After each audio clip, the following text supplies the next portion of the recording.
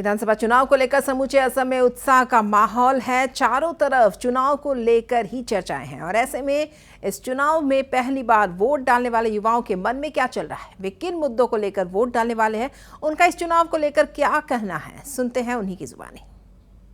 प्रथम भोटार हिसापे खूबই ভাল লাগিছে। সৰুৰ পৰা শুনি আহিছিলো ফুটা ব্লেংকেট আৰু কম্বলৰ কথা, কিন্তু আমি এতিয়া কিন্তু দেখিবলৈ পাইছো এটা ভাল ৰাজনীতি আৰু য'ত আমি অসমৰ এগৰাকী নাগৰিক হিচাপে হয়তো এটা গৌৰৱৰ বিষয় যে যেটো ইএলএফ সিস্টেম ইমাৰ্জেন্সি লেন্ডিং ফেচিলিটিও আমি লাভ কৰিলো খুব কম দিনত।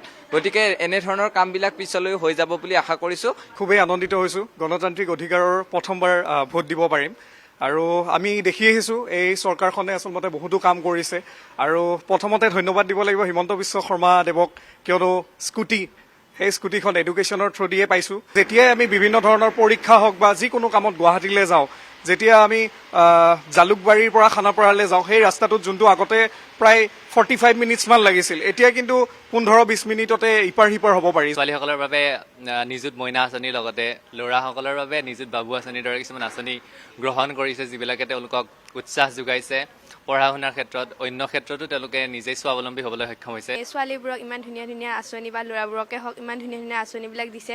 মই নিজে স্কুটি লাভ কৰিছোঁ আৰু নিযুত মইনা হওক বা নিযুত বাবু আঁচনি হওক ইমান ধুনীয়া ধুনীয়া আঁচনিবিলাক দিছে আৰু অনাগত দিনতো এনেকৈ আমি পাই থাকিম বুলি আশা কৰিছোঁ।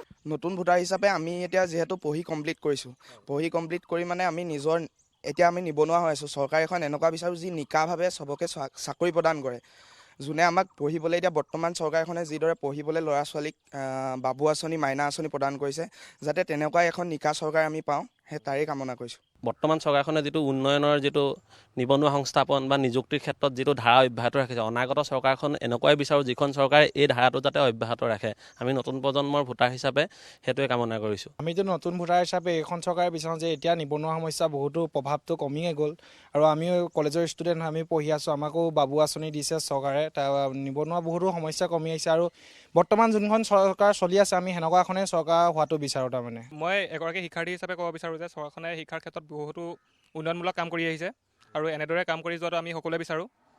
আৰু মহিলা সবলীকৰণৰ ক্ষেত্ৰতো ক'বলৈ গ'লে বহুতো আমি সুবিধা দেখিবলৈ পোৱা গৈছোঁ। অসমৰ জেনজি বৰ্তমান নিকা নিযুক্তিৰ নামত ভোট দিব, অসমৰ জেনজিয়ে বৰ্তমান উন্নয়নৰ নামত ভোট দিব, অসমৰ জেনজিয়ে ভোট দিব 21খন মেডিকেল কলেজৰ নামত, অসমৰ জেনজিয়ে ভোট দিব কাজিৰঙা এলিভেটেড কৰিডৰৰ নামত। গতিকে বৰ্তমান যিখিনি নিকা নিযুক্তি হৈছে, যিখিনি উন্নয়ন হৈছে, সেইখিনি আমাৰ চকুৰ আগত। বিশ্বনাথত মেডিকেল কলেজ হৈছে, নতুনকৈ ষ্টেডিয়াম হৈ আছে, কামাণ্ডো বেটেলিয়ান হৈছে। গতিকে এই গোটেইখিনি বিজেপি চৰকাৰৰ দিনত হৈছে। গতিকে আমি সকলোৱে বিজেপি চৰকাৰকে ভোট দিম আৰু আকৌ এবাৰ বিজেপি চৰকাৰক আমি অসমৰ জনসাধাৰণ তথা জেনজিসকলে বিচাৰিছোঁ। টকা লৈ চাকৰি দিয়া যিখিনি কেলেংকাৰী কৰিছিলে, সেইখিনি বৰ্তমান বিজেপি চৰকাৰ আমি দেখিবলৈ পোৱা নাই। বৰ্তমান সকলোৱে বৰ্তমান নিকা নিযুক্তি দেখিছে।